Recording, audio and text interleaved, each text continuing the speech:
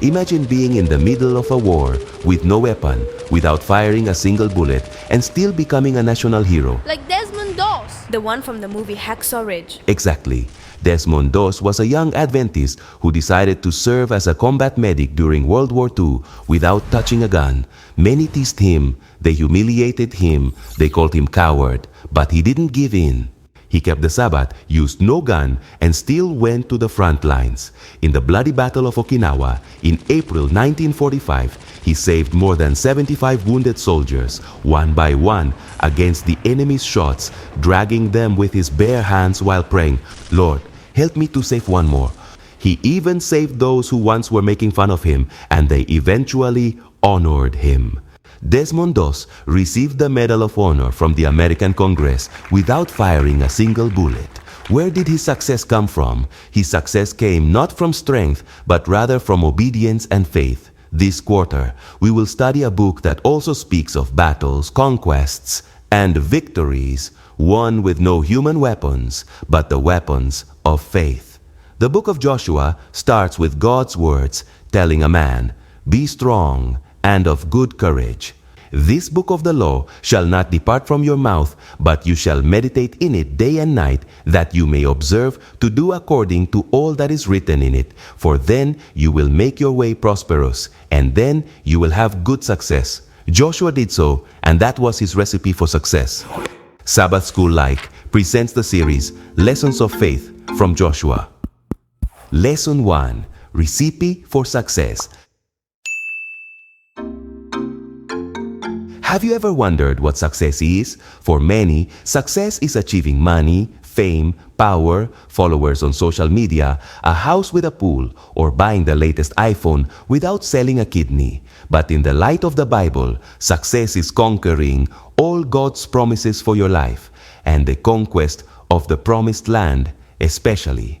And listen carefully, all of us must decide to go into the battle of conquering those promises in the name of the Lord. So this week's question is, how does the book of Joshua give us the Bible recipe to achieve true success?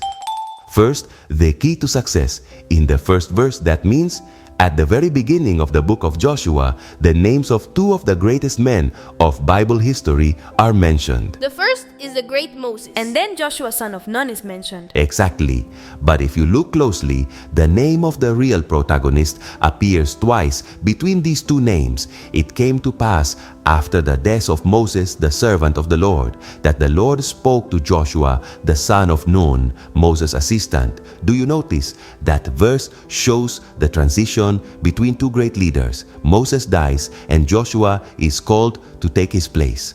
Can you imagine how it feels like to be called to replace such a great and successful man as Moses? It might be quite frightening. It's like being the CEO of Tesla to replace Elon Musk, or wearing Messi's number 10 jersey after his retirement. There will surely be comparisons. In fact, all through chapter 1, Moses is mentioned 11 times, while Joshua is only mentioned 4 times. Moses is identified as a servant of the Lord, while Joshua is called Moses' assistant.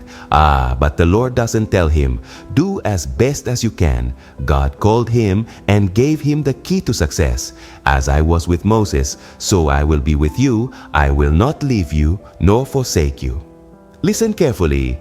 Although the book is named Joshua, the true protagonist is God, and the key to success is God. God himself sets clear the 3 steps of the conquest project in chapter 1. Cross into Canaan, take possession of Canaan, divide the land among the Israelite tribes. How to achieve each one of those steps? By believing in God's promises. Every place that the sole of your foot will tread upon, I have given you. From the wilderness and this Lebanon, as far as the great river, the river Euphrates, shall be your territory. For to this people you shall divide as an inheritance the land which I swore to their fathers to give them. Do you notice? A promise for every step. Do you know that verse 3 uses a verb form that is not taught in classrooms? The prophetic perfect I have given you. You have not yet crossed. You have not yet taken possession. You have not yet divided. But I have already given it to you, says the Lord. Do you understand the key? Second, the character of the success. Do you think that Desmond Doss wasn't afraid while running through the bullets to rescue those 75 wounded soldiers? I believe he was. But he wasn't overcome by fear. Listen carefully. Courage is not the absence of fear. It's moving in spite of it because you believe that God is with you. God told Joshua in verse 6, "Be strong and of good courage." And in verse 7, "Only be strong and very courageous." And in verse 9, "Have I not commanded you? Be strong and of good courage." That "have I not" of verse 9, doesn't it sound like a father who, after saying something twice to his son, would point his finger at him saying, "Look, am I not telling you?" Yes, the book of Joshua is a book of conquests. They had to conquer fortified walls, lands with powerful armies.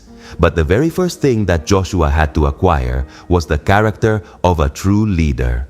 That "be strong and of good courage" that God repeats 3 times is not one of those motivational phrases that are everywhere on social media. It's not a "come on, you can cross and conquer." It is rather a "be strong and very courageous to believe and obey God in spite of." "Do not be afraid nor be dismayed, for the Lord your God is with you wherever you go."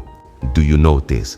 The character of success isn't achieved through external conquest, but through internal victories. Joshua wasn't supposed to play superhero. He simply had to believe that God would not leave him alone. The same applies to us today. You and I aren't called to fight against the Canaanites, but we also have a tough fight, for we do not wrestle against flesh and blood, but against principalities, against powers, against the rulers of the darkness of this age, against spiritual hosts of wickedness in the heavenly places.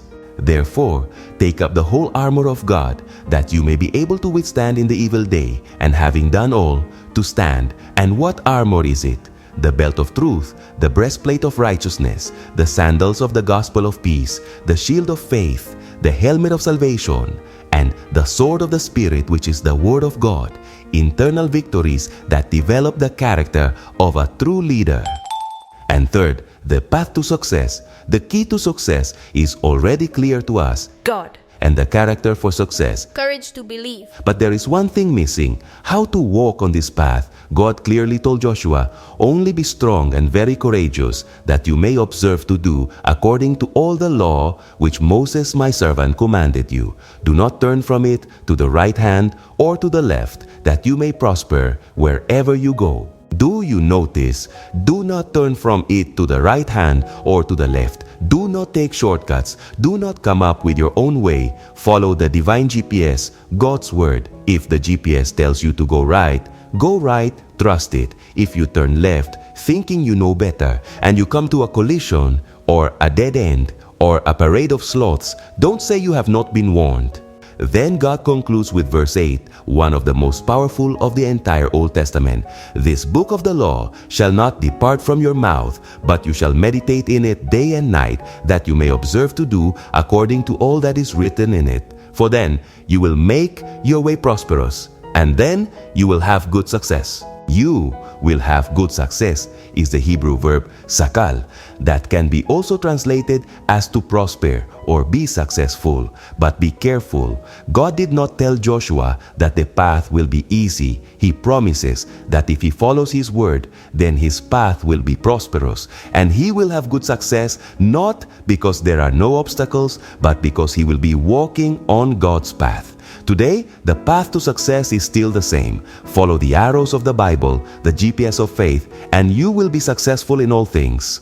Desmond Doss didn't win the Medal of Honor fighting with gun or human strength. He won it following Joshua's recipe. He understood that God is the key to success, that the courage to believe is the character of success, and that the Bible shows the way to success. How about you? Are you facing a challenge that seems too big for you? Remember, you don't need to be strong. You need to be with the strong one. You don't need to have all the answers. You need to follow the right map. The world is in need of more modern Joshuas, willing to conquer God's promises with faithfulness, courage, and humility.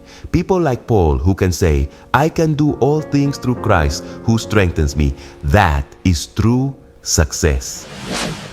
Has this study blessed you? You can also be part of this mission to teach the Bible in a creative and transformative way. Scan the QR code on the screen and support us so that more people can learn how to study the lessons of faith from Joshua. Remember, together we can grow more.